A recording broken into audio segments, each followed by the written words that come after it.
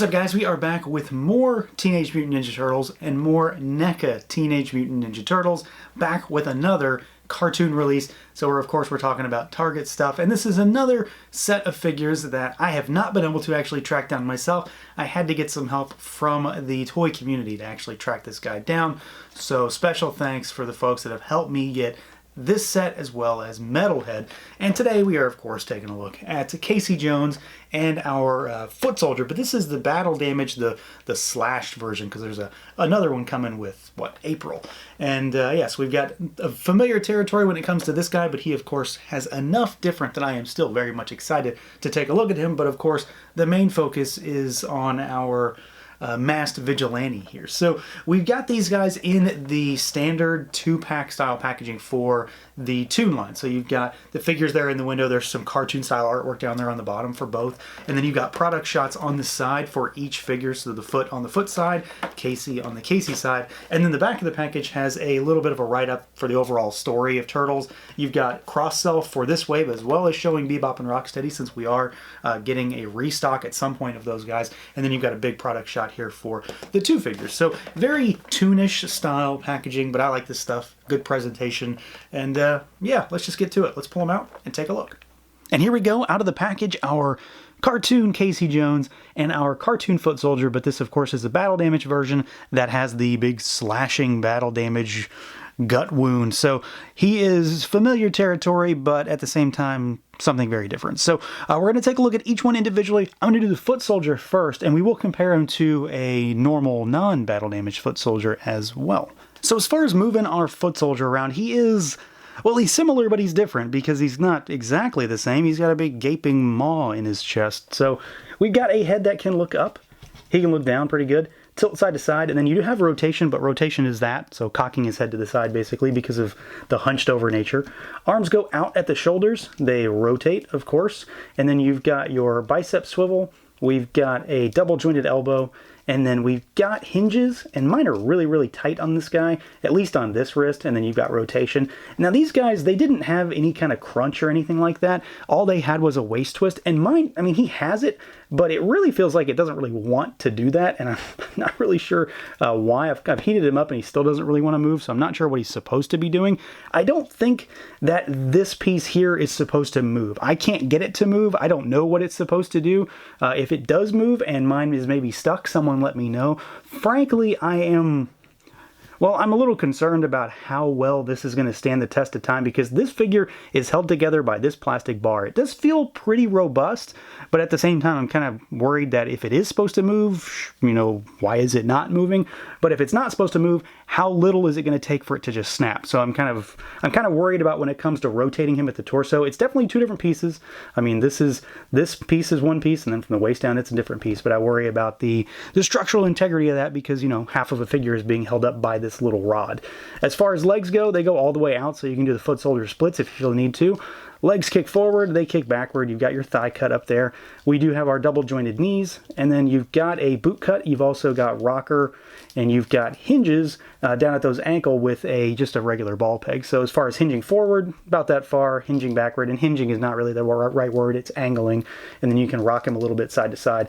And then you've got your toe articulation, which honestly came in handy a few times when I was posing this guy. So he is standard foot soldier, except for, well, the non-standard part with the chest, and it works fine. I just don't know exactly how fragile or non-fragile it should be, and frankly, I am not going to go too crazy on it to get to the point where it just snaps, because then I would just have two pieces of a foot soldier, and nobody wants that.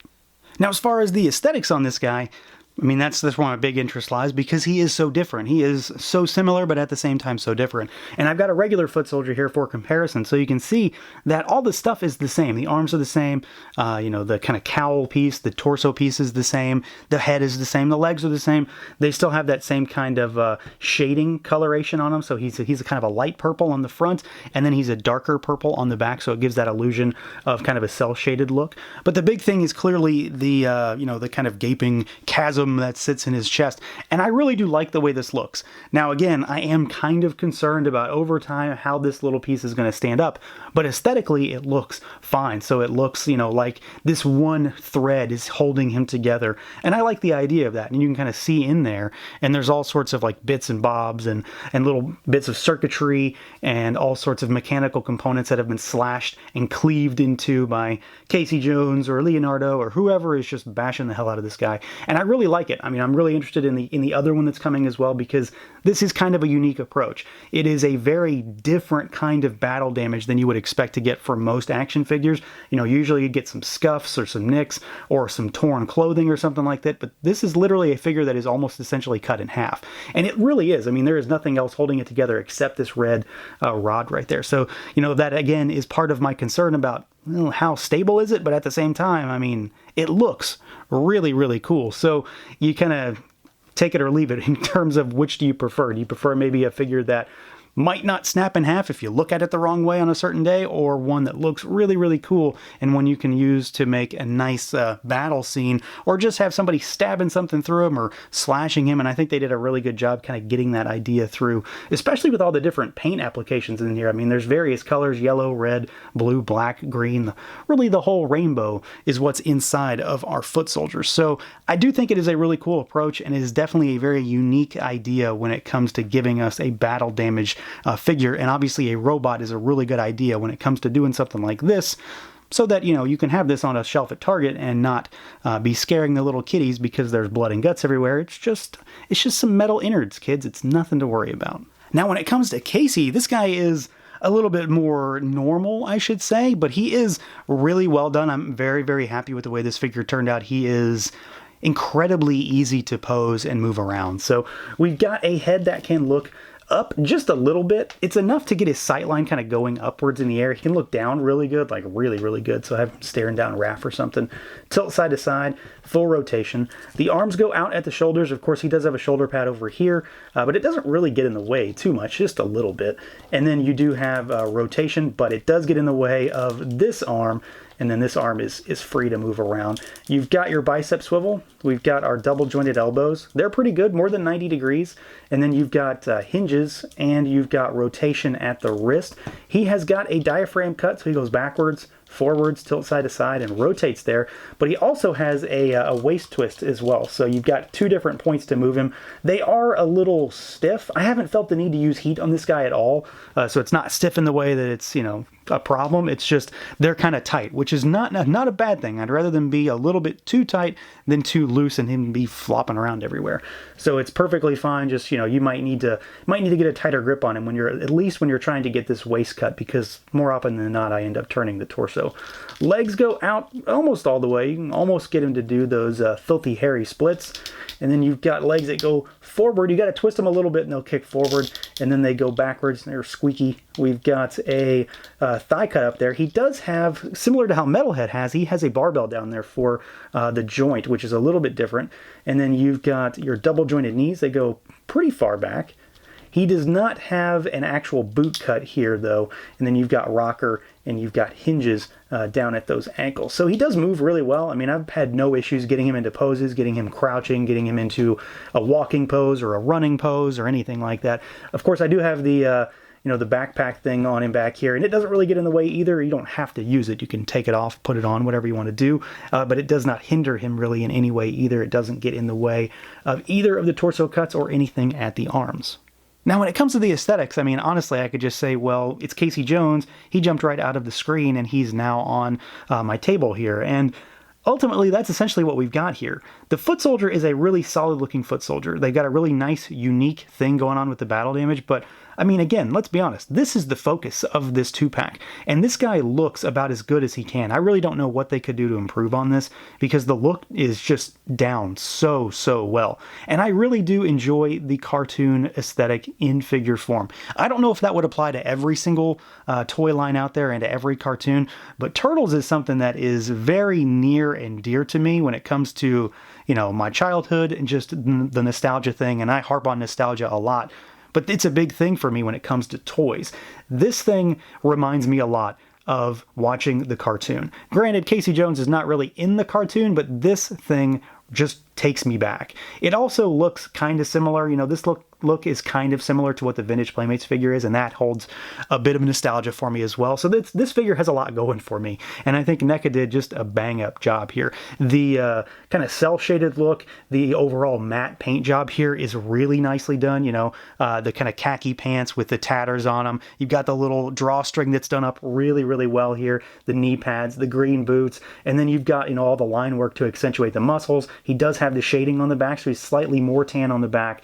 The lavender bluish shirt looks really nice, and then the asymmetrical shoulder pad really does it for me. He does have, you know, the backpack thing, whatever you want to call it, the sports bag on his back. It's an accessory. He doesn't come with it on him in the box, but I mean, it's Casey Jones.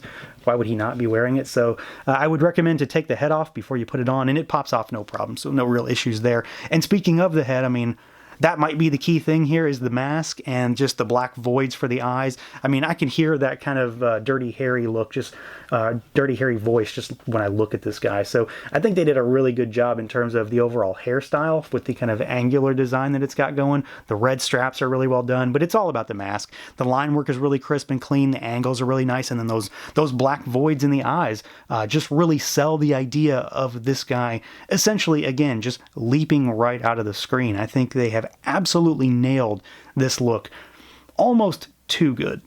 Now, as far as accessories goes, this set is pretty well loaded. There's a lot of new stuff in here for this particular Toon line. We do have a few repeats, but nothing that I'm against having a few of. So as far as the foot soldier goes, we've got some extra hands to start with. So we've got a set of splayed finger hands. You've got a set of flat palm hands. So, you know, karate chop or saluting or whatever in the world you want to do with those. And then you've got a set of gripping hands to supplement his fist hands that come in the box. We have got a comlink, and this time around it has a shot of the Rocksteady figure.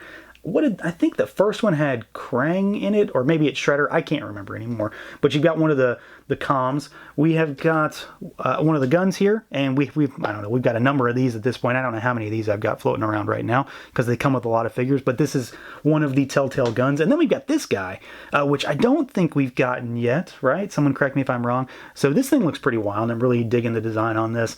There is a lot of paint on this thing, from different shades of blue to gray. There's a little bit of green and yellow kind of in the barrel here as almost like a light source, and then it just looks really cool. He can hold it just fine in the gripping hands as well, despite the fact that it has a really big kind of trigger there. It sits nicely in his hand. And then as far as Casey goes, he has a lot as well. There are two accessories. I'm not really sure who they're supposed to go to. We've got a couple of Ninja Stars. So you've got an orange one, and we've got a gray one, so I'm not really sure if I can think of who those are supposed to go with, but whatever. It's Ninja Stars, that's fine. Casey has a set of extra hands as well for gripping. So you've got a set of hands there, and they've got the gloves on them. We've got a thumbs up hand for his left, and then you've got a pointing finger for his right.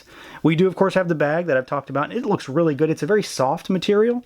It's not too heavy. It doesn't really weigh him down. Of course, if you put a bunch of stuff in there, you will have to kind of compensate for it on your pose, but it's really easy to load him up, and he just sort of stands still. We've got a baseball bat, so just brown with the wrap on the end. And then you've got a hockey stick, which is very, very cartoony. So it's very angular, very boxy, just stark white with some black lines on it. And then you've got the goalie stick, which is gray with some brown and black. And then we've got a sledgehammer, which looks really good. Again, very cartoony, very cel-shaded with the boxiness of it. And then we got this. It seems like a lead pipe. I'm not really sure what this is supposed to be. I don't really know.